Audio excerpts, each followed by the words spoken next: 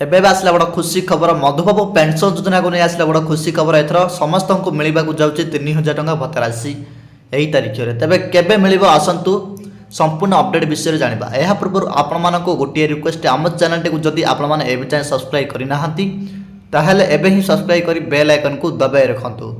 ଆପଣମାନେ ସମସ୍ତେ ଯେମିତି ଜାଣନ୍ତି ଗତ କିଛି ଦିନ ହେଲା ବା କିଛି ମାସ ହେଲା ବାର୍ଦ୍ଧକ୍ୟ ଭତ୍ତା ଦିଆଯାଉନଥିବାରୁ, ଦିବ୍ୟାଙ୍ଗ ଭତ୍ତା ଦିଆଯାଉନଥିବାରୁ ବିଭିନ୍ନ ପ୍ରକାର ସାମାଜିକ ସୁରକ୍ଷା ଆଇନ ଅଧୀନରେ ଆସୁଥିବା ବିଭିନ୍ନ ଭତ୍ତାଧାରୀମାନଙ୍କୁ ଭତ୍ତା ଦିଆ ନଯିବାରୁ ଏକ ବଡ଼ କଣ୍ଟ୍ରୋଭର୍ସି ବା ବିବାଦ ମଧ୍ୟ ସୃଷ୍ଟି ହୋଇଥିଲା। ସରକାର ବାରମ୍ବାର ପ୍ରତିଶ୍ରୁତି ଦେଉଥିଲେ କି 7 ଦିନ ମଧ୍ୟରେ ପଇସା ମିଳିବ, 5 ଦିନ ମଧ୍ୟରେ ପଇସା ମିଳିବ। ଯେହେତୁ ଅନଲାଇନ୍ ହେଉଛି, ଡିବିଟି ମାଧ୍ୟମରେ ଦିଆଯାଉଛି, କିଛି ଟେକ୍ନିକାଲ ଫଲ୍ଟ ପାଇଁ ଆମର ସିନିୟର ସିଟିଜେନ୍ ମାନେ ବହୁ ଅସୁବିଧାର ମଧ୍ୟ ସମ୍ମୁଖୀନ ହେଉଥିଲେ। ଭତ୍ତା ଅଫିସ୍ ଆଗରେ ମଧ୍ୟ ଛିଡ଼ା ହୋଇ ରହୁଥିଲେ ଏବଂ ଘରକୁ ମଧ୍ୟ ନିରାଶରେ ଫେରୁଥିଲେ। ଠିକ୍ ଅଛି, ଆପଣମାନେ ତ ନିହାତି ଭାବରେ ଜାଣିଥିବେ। ମାତ୍ର 1000 ଟଙ୍କା ଲେଖାଏଁ ବର୍ତ୍ତମାନ ଦିଆଯାଉଛି। ତା ସହିତ ପୁଣି 2 ମାସ, 3 ମାସ, 4 ମାସ ହୋଇଗଲା ଭତ୍ତାଧାରୀମାନେ ଭତ୍ତା ପାଇନାହାନ୍ତି। କିନ୍ତୁ ଏହି ଅଳ୍ପ କିଛି ଦିନ ମଧ୍ୟରେ ଅଧିକାଂଶ ହିତାଧିକାରୀମାନଙ୍କୁ କାହାକୁ 2 ମାସର ଏକାବେଳେ 2000, କାହାକୁ ଗୋଟିଏ ମାସର, କାହାକୁ 3 ମାସର, ଏମିତି ଭତ୍ତାଧାରୀମାନଙ୍କୁ ଭତ୍ତା ଦିଆଯିବାର ସୂଚନା ମଧ୍ୟ ଆସୁଛି। କେତେ ଦୂର ଭତ୍ତା ଦିଆଯାଇଛି ଆଉ ଆପଣମାନେ କମେଣ୍ଟରେ ଲେଖି ଜଣାଇବେ। ଠିକ୍ ଅଛି, ତ ଅନେକ ହିତାଧିକାରୀ ଭତ୍ତା ପାଇନାହାନ୍ତି ଏବେ ଯାଏଁ। କିନ୍ତୁ ସବୁଠୁ ବଡ଼ କଥା ହେଲା ସରକାର ଯେଉଁ ପ୍ରତିଶ୍ରୁତି ଦେଇଥିଲେ କି ମିନିମମ୍ ପେନ୍ସନ୍ ବା ସର୍ବନିମ୍ନ ଭତ୍ତା ଟଙ୍କା ଯାହାକି 3000 ଟଙ୍କା ହେବା କଥା, ତାହା କେବେ ସୁଦ୍ଧା ହେବ। ଯେହେତୁ ବର୍ତ୍ତମାନ ଦୁଇଟି ନିର୍ବାଚନ ମୁଣ୍ଡ ଉପରେ ଅଛି, ସରକାର ବହୁତ କଣ୍ଟ୍ରୋଭର୍ସିରେ ବର୍ତ୍ତମାନ ଫସି ଯାଇଛନ୍ତି। ଆମର ସାରା ରାଜ୍ୟରେ ବିଭିନ୍ନ ଏରିଆ ମାନଙ୍କରେ ଆଇନ ଶୃଙ୍ଖଳା ବିପର୍ଯ୍ୟୟ ପରିସ୍ଥିତି ହେଉ କିମ୍ବା ସେଠି ସମ୍ମିଳନୀ ଘଟଣା ହେଉ କିମ୍ବା ଏଠି ପାଠ୍ୟ ପୁସ୍ତକରେ ହଜାର ତ୍ରୁଟିକୁ ନେଇ ହେଉ, ବିଭିନ୍ନ ପ୍ରକାର ଅସମଞ୍ଜସ୍ୟରେ ସରକାର ବର୍ତ୍ତମାନ ଘେରି ହୋଇ ସମ୍ପୂର୍ଣ୍ଣ ବ୍ୟାକଫୁଟ୍ରେ ମଧ୍ୟ ଅଛନ୍ତି। ଯେଉଁ ପ୍ରତିଶ୍ରୁତି ଦେଇଥିଲେ ସେଥିମଧ୍ୟରୁ କିଛି ପ୍ରତିଶ୍ରୁତି କ'ଣ ନା ବର୍ତ୍ତମାନ ପୂରଣ କରିପାରି ନାହାନ୍ତି। ସବୁଠୁ ବଡ଼ କଥା ମୁଣ୍ଡ ଉପରେ ଯେହେତୁ ନିର୍ବାଚନ ଆଉ ବର୍ତ୍ତମାନ କେନ୍ଦ୍ର ସରକାର ବି ବିଭିନ୍ନ ମୁଦ୍ଦାରେ ବର୍ତ୍ତମାନ ଫସିଛନ୍ତି। ରାମ ମନ୍ଦିର ଚାନ୍ଦା ଚୋରି ହେଉ କିମ୍ବା ଯେଉଁ ଆମର ରହିଛି ନିଟ୍ ପେପର ଲିକ୍ ହେଉ, CBSEର ବିଭିନ୍ନ ପ୍ରକାର ତ୍ରୁଟି ମଧ୍ୟ ଦେଖାଦେଇଛି। କେନ୍ଦ୍ର ସରକାର ଓ ରାଜ୍ୟ ସରକାର ମଧ୍ୟ ବ୍ୟାକଫୁଟ୍ରେ ଅଛନ୍ତି ବର୍ତ୍ତମାନ। ଠିକ୍ ଅଛି, ତ ଦର୍ଶନ୍ତୁ ଆପଣମାନଙ୍କର ଯେଉଁ ରହିଛି ମଧୁବାବୁ ପେନ୍ସନ୍ ଭତ୍ତା ରାଶି ଖୁବ୍ ଶୀଘ୍ର ମିଳିବ। ଦେଖନ୍ତୁ କାହିଁକି ମିଳିବ, ଏହା ରିଜନ୍ ମଧ୍ୟ ଅଛି। ଦେଖନ୍ତୁ ଆଗକୁ ଯେହେତୁ ଆସୁଛି ପଞ୍ଚାୟତ ଇଲେକ୍ସନ୍ ଆଉ ଗୋଟେ କ'ଣ ରହିଛି ଆପଣମାନଙ୍କର ନା ପୌର ଇଲେକ୍ସନ୍। ଏହି ଦୁଇଟା କାରଣ ଯୋଗୁଁ, ଏହି ଦୁଇଟା ନିର୍ବାଚନ କାରଣ ଯୋଗୁଁ ଆପଣମାନଙ୍କୁ ମିଳିବାକୁ ଯାଉଛି 3000 ଟଙ୍କା ଭତ୍ତା ରାଶି। ତ ଦର୍ଶନ୍ତୁ ମୁଁ ଆପଣମାନଙ୍କୁ କହି ରଖୁଛି କି ନା ଦେଖନ୍ତୁ ଏଇ ଯେଉଁ 3000 ଟଙ୍କା ଭତ୍ତା ରାଶି ଆଗରୁ କାହିଁକି ମିଳିନଥିଲା ନା ଯେହେତୁ ଆପଣମାନଙ୍କର ବହୁତ କିଛି ଯୋଜନା ଗୁଡ଼ିକ ବାକି ରହିଯାଇଥିଲା। ଠିକ୍ ଅଛି, ଆଉ ଗୋଟେ କଥା ନା ଦେଖନ୍ତୁ ସରକାର ସେତେବେଳେ ମାନେ ବହୁତ ଆକ୍ଟିଭ୍ ଥାନ୍ତି ଯେତେବେଳେ ତାଙ୍କର କ'ଣ ନା ଫାଇଦା ଥାଏ ବା ଦେଖନ୍ତୁ ଆଗକୁ ଯେମିତି ନିର୍ବାଚନ ଅଛି, ଠିକ୍ ନା ନାହିଁ। ତ ନିର୍ବାଚନ ଅଛି, ଏହି କାରଣ ଯୋଗୁଁ ସେମାନେ କ'ଣ ବହୁତ ଆକ୍ଟିଭ୍ ମଧ୍ୟ ହେବେ। ଆଉ ଆପଣମାନଙ୍କର ଯେଉଁ 3000 ଟଙ୍କା ଭତ୍ତା ରାଶି ଯାହା ପ୍ରତିଶ୍ରୁତି ଦେଇଥିଲେ ନିର୍ବାଚନୀ ମଇଦାନରେ ବିଜେପି ସରକାର, ତ ତାହା ଖୁବ୍ ଶୀଘ୍ର ପାଳନ କରିବାକୁ ଯାଉଛନ୍ତି। ଦେଖନ୍ତୁ ଆସନ୍ତା ମାସରେ ମିଳିପାରେ 3000 ଟଙ୍କା ଭତ୍ତା ରାଶି।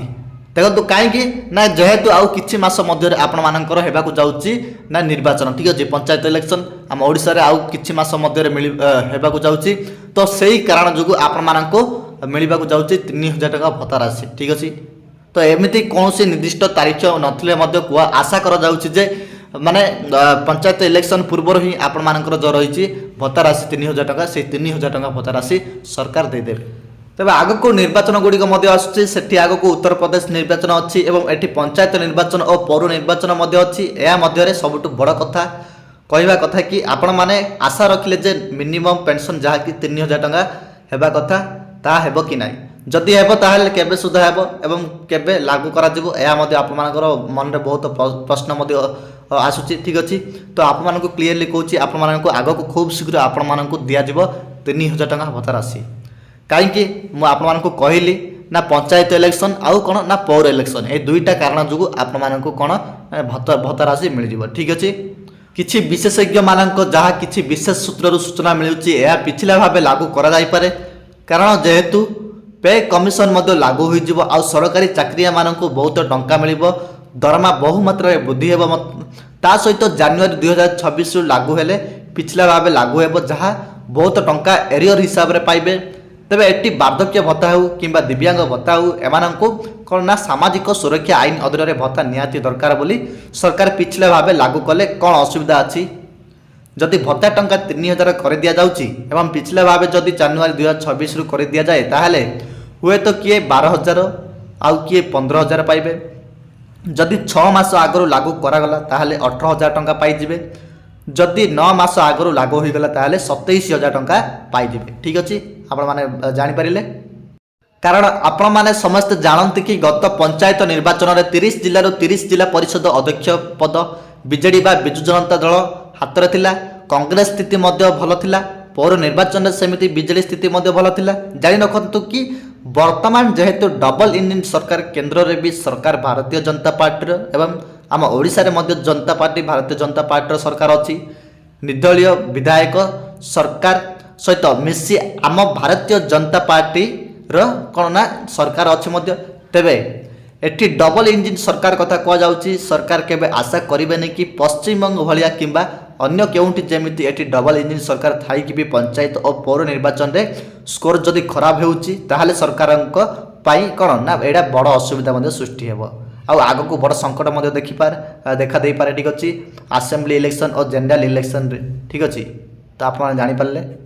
कारण आपण माने समस्त जानती एनडीए सरकार वर्तमान भारत में संपूर्ण मात्रा रे मैजिक फिगर बीजेपी बा भारतीय जनता पार्टी केंद्र रे आनी पारि नथिला। ओडिशा बंचई देइथिला। ओडिशा कोन एका देइथिला। ता सहित ओडिशा प्रमुख चांस मध्य थिले। आउ जदि ओडिशा रे एमिति भारतीय जनता पार्टी विरोध रे अधिक वोट हेउची ताहाले आगको उभय केवल राज्य सरकार नुहे राज्य सरकार और केंद्र सरकार उभय मध्य संकट में पड़ पारती। तेणुक अनुमान कर निर्वाचन बेले को सरकार निहाती प्रतिश्रुति पालन करेंगे। आपण मानकर जो रही 3,000 टंका भत्ता राशि से 3,000 टंका भत्ता राशि देदेवे। ठीक अच्छे, ना कौन विरोधी मान पाखक पलैज भोट। ठीक अच्छे, सरकार आउ से भूल करेंगे ना। आपंकर जहाँ रही आगर प्रतिश्रुति देते सरकार 3,000 टंका भत्ता राशि वृद्धि हेब बोली से 3,000 टंका भत्ता राशि कौन ना आपण मानक देदेवे। ठीक अच्छे दर्शक बंधु, जानीपारे। तो दर्शक बंधु आपण मैंने तो जानी ना आमर जो बजेट अधिवेशन गला जो पूर्व बजेट अधिवेशन तो आप दुईटा बजेट अधिवेशन कौन ना आप अपेक्षा कले किंतु आपंकर जो 3,000 टंका भत्ता राशि से 3,000 टंका भत्ता राशि है ना। आउ से मानकर केवल है जो मैंने 80 वर्ष जो मैंने अधिक होती से ही 3,500 टंका दिगला। या नहीं आपण मैंने कौन बहुत वाद बद कले आपण मन असंतुष्ट मन प्रकाश है। ठीक अच्छे, सरकार पाखक बहुत चिट्ठी ता सहित बहुत अनुरोध कले आप सोशल मीडिया अकाउंट रे तथापि सरकार कौन ना मानिले ना। देखु सरकार आपण मैंने भावुवे सरकार आमको 3,000 टंका भत्ता राशि देवे ना। सरकार यही कथा भूली जाइए किंतु मु दर्शक बंधु कही रखुची कि सरकार यही कथा भूली ना।